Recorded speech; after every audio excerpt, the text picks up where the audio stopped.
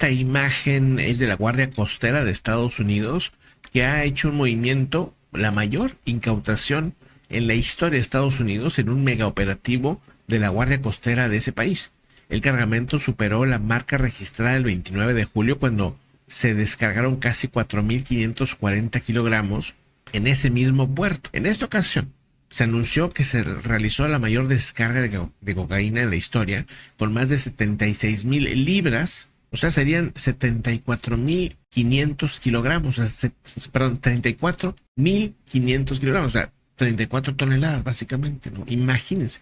Esto fue decomisado no en un solo movimiento, sino fueron varias operaciones y patrullajes y operativos conjuntos en lo que es la Guardia Costera del Distrito del Sureste allá en Florida. Participaron representantes claves, entre ellos el contraalmirante Adam Chami, comandante del distrito, el capitán John B. McWhite del buque Hamilton, así como el contraalmirante Chase Sargent de la Fuerza de Tarea Interinstitucional Sur y el fiscal Gregory Cahill y el del Distrito Medio de Florida.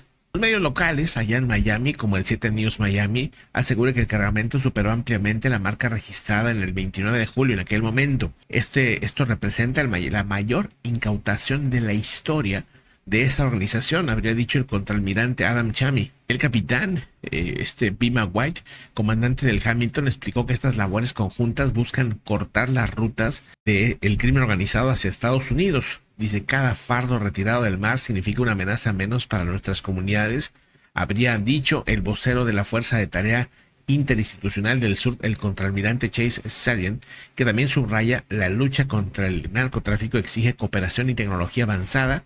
La organización alertó que este tipo de incautaciones masivas pueden tener implicaciones directas en la reducción de la disponibilidad de este tipo de sustancias. Es un movimiento importante, evidentemente, supera cifras anteriores. Este cargamento triplica el decomiso del 29 de julio y bueno, hay una alta presencia militar en este momento en todas esas zonas para tratar de detener a este tipo de movimientos. Se espera que esta incautación tenga un impacto directo en la reducción de drogas ilegales disponibles en territorio estadounidense. Hay que decirlo, ¿no? También Estados Unidos es el mayor consumidor de sustancias ilegales del planeta. O sea, es un consumo excesivo y también con ese nivel de consumo, pues si no viene de Venezuela, de México o de Canadá o de China, vendrá de alguna parte, pero ese mercado también tiene que buscar reducirse, ¿verdad? Con educación, con tratamientos, terapia, lo que sea, pero la única manera de reducir es que también reduzca el consumo. Si el consumo sigue,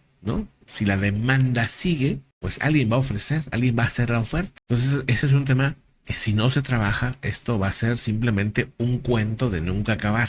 Ojo, porque cada vez hay más voces que piden no visitar, no viajar, incluso salirse de Venezuela en estos momentos por lo que se está viviendo. Paraguay se une a Estados Unidos y es que pide a los ciudadanos no viajar a Venezuela. Debido al alto riesgo e inseguridad que se están viviendo en Venezuela, el gobierno de Santiago Peña recordó que no cuentan con representación diplomática en Caracas, ¿sí? Dice, Paraguay lanza esta advertencia oficial a sus ciudadanos para que no viajen a Venezuela, citando un alto riesgo de inseguridad e inestabilidad institucional. El Ministerio de Relaciones Exteriores recordó que Paraguay no cuenta con embajada ni consulado en Venezuela, lo que impide cualquier asistencia consular en caso de emergencia. Esta decisión llega poco después de que el presidente Santiago Peña firmara el decreto 4465 que designa el Cartel de los Soles como una organización terrorista internacional. Esta organización tiene nexos con el Cartel de Sinaloa y el Tren de Aragua, detalló según el reporte, y la designación paraguaya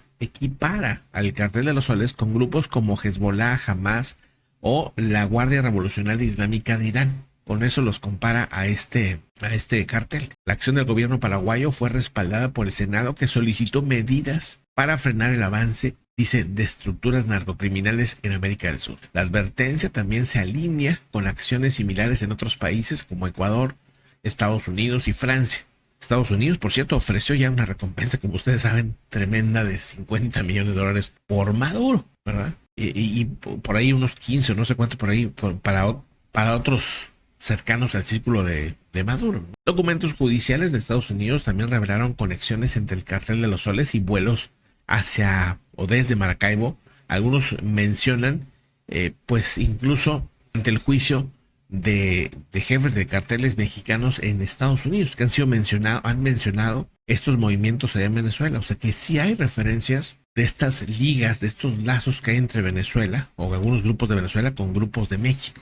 En otros asuntos también, bueno, tremendo lo que pasó allá en Cuba. Según lo que informa el Ministerio de Interior de ese país, en la madrugada del día de hoy hubo un atropellamiento masivo. Lamentablemente en el incidente pues pierde la vida una persona y hay 8 heridos según lo que se reporta. Esto fue a las 2:30 de la mañana. Un vehículo arrolló a varias personas en el centro de La Habana, en La Habana Vieja. O sea, en el centro de La Habana y en La Habana Vieja, dice, ambos con alto tráfico peatonal. El conductor, identificado como un ciudadano extranjero residente en Cuba, fue detenido por las autoridades y se encuentra bajo proceso de investigación. El Ministerio de Interior de Cuba confirmó que el hecho está siendo investigado y que se divulgarán detalles adicionales conforme avance el caso. Se trata de información preliminar, según lo que reportan, pero se sabe que la persona que falleció es una mujer de 35 años y hay 8 heridos también trasladados a hospitales de la misma. Es un tema ahí raro, ¿verdad? Supuestamente habría sido por fallas mecánicas, pero esto todavía se está investigando para determinar verdaderamente pues qué sucedió, ¿verdad? Eso también pues ya veremos más adelante. Mientras tanto, pues está en Rusia moviendo sus fichas cerca de China. Llama la atención este movimiento. Rusia está desplegando aviones de combate furtivos, los Su-57, esto hacia lo que es la frontera entre Rusia y China. O sea, llama la atención este movimiento que está haciendo en Rusia hasta estas zonas de conexión, digamos, que tienen entre ambos países. Y esto, pues, llama la atención y sobre todo porque estás hablando que es un despliegue que representa un movimiento estratégico en una zona que es clave para China, pero sobre todo para Japón, que son los que están viendo con nerviosismo, ya que hay que recordar que casi desapercibido para muchos medios, pero aquí han estado pasando movimientos interesantes últimamente, en el que Rusia ha estado navegando zonas de Japón muy cercanas a lo que es la zona, digamos, que pertenece al espacio aéreo japonés, y Japón pues ha estado desplegando militares y aviones, incluso jets, para interceptar esos aviones rusos, incluyendo bombarderos nucleares. Entonces, este movimiento que hace Rusia hacia las cercanías de Japón llama mucho la atención. Según Nguy Propsky, un analista, asegura que los aviones estarían asignados al 23º Regimiento de la Aviación de Cazas de la Guardia, con base en Doyozmyn, en el noreste de Komolosmolk Armur. Este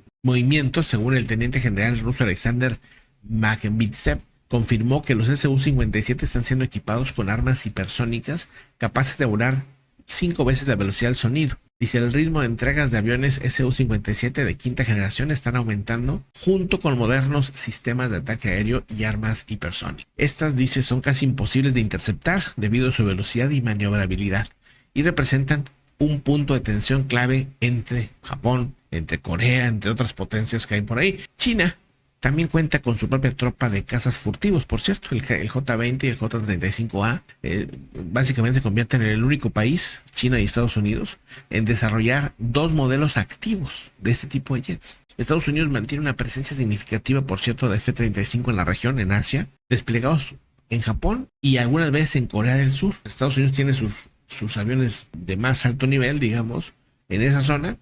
China, Rusia, pues también se aceleran en esta parte. Y miren, pues es una zona que casi ni se comenta, pero las tensiones en Asia últimamente han sido muy fuertes. Hay que recordar que Corea del Norte lanzó esta advertencia de alerta máxima porque hubo un incidente que pareciera provocado, ¿verdad? O sea, unos soldados de Corea del Norte se cruzan a Corea del Sur, los soldados de Corea del Sur disparan al aire para que se regresen a su lado, y esto lo toma Corea del Norte pues como un insulto, y lo toma a tal nivel pues que ahora mismo lanzaron misiles como en un ejercicio. Y sí, vamos, que han estado el jaloneo bastante intenso, junto con, recordar, pues los movimientos que les acabo de decir de Rusia sobre Japón, ¿verdad? Eso también, pues tómenlo en cuenta. Hay tensiones, pues que pues, no sabemos si llevar algo más, pero sí, pues que han ido subiendo, ¿no? Han ido escalando esas tensiones. Por cierto, se está dando una tormenta solar, una llamarada de magnitud 4.5, según se sabe, podría afectar a radioaficionados, pero también al GPS, por ejemplo, podría afectar en Asia Pacífico, en India, en África, África Oriental sobre todo, Europa Oriental también podría ser afectada. Y es que la emisión de esta llamarada fue en la región 4168, una región que constantemente cuando se da las llamaradas ahí llegan a la Tierra. Todavía no está confirmado que vayan a llegar a la Tierra, pero sí es muy probable que vayan a llegar. En ese punto donde está esta luz brillando, en ese punto donde creen que va a afectar. Acá en el lado de América no llega, no tiene ningún problema, pero en los lugares mencionados hacia Asia, Europa Oriental, como les digo, África Oriental, pues sí va a tener probabilidades de que les llegue, que les afecte un poco ese tema, ¿no? Por cierto, este helicóptero francés en Bretaña francesa, ¿sí? Cae, no les pasa nada a los pilotos, nada a los que iban adentro. Lamentablemente el helicóptero se pierde, no pasa a mayores, digamos, a pesar de lo estrepitoso. Miren, esto sucedió en esta región de Francia, miren, en Bretaña. Lo que buscaba pues era llevar agua a un incendio, ¿verdad? En esta parte de Francia es donde sucedió el incidente, ¿no? El avión, de alguna manera, no sé si choca con un pedazo de árbol que estaba ahí a un lado, la hélice, pero empieza, pues ya saben, a quedar inestable, digamos, pierde el control, cae en el agua y vamos, ilesos. Las personas sí estaban un poco, digamos, como raspones y así, pero digamos que no fue necesario ni una hospitalización ni nada, según lo que dicen, tanto el piloto como el copiloto, que nada más iban dos personas, sobreviven perfectamente a esta caída. Bueno, pues ahí está un incidente. Oigan, recomendarles que se suscriban si no lo han hecho, ¿no? Suscríbanse, échenos la mano con eso. Agradezco muchísimo que sepan ustedes que pues mientras este canal va creciendo, pues y la comunidad va creciendo, también nos permiten a nosotros dedicarnos totalmente al proyecto y pues hacer que el proyecto sea más interesante, más grande. Muchas gracias por su confianza y por cierto, gracias a la comunidad que nos ve también en diferido, que mucha gente nos ve a otros horarios por sus trabajos, lo que sea, entonces pues agradezco también. Y a los que están en vivo, pues también muchas gracias por ese like, por compartir. Nos vemos en el siguiente en vivo que está a punto de iniciar, ¿no? De hecho, si estás aquí, estás viendo en vivo, va a pasar directamente a la siguiente transmisión, así que pues nos vemos ya en este momento.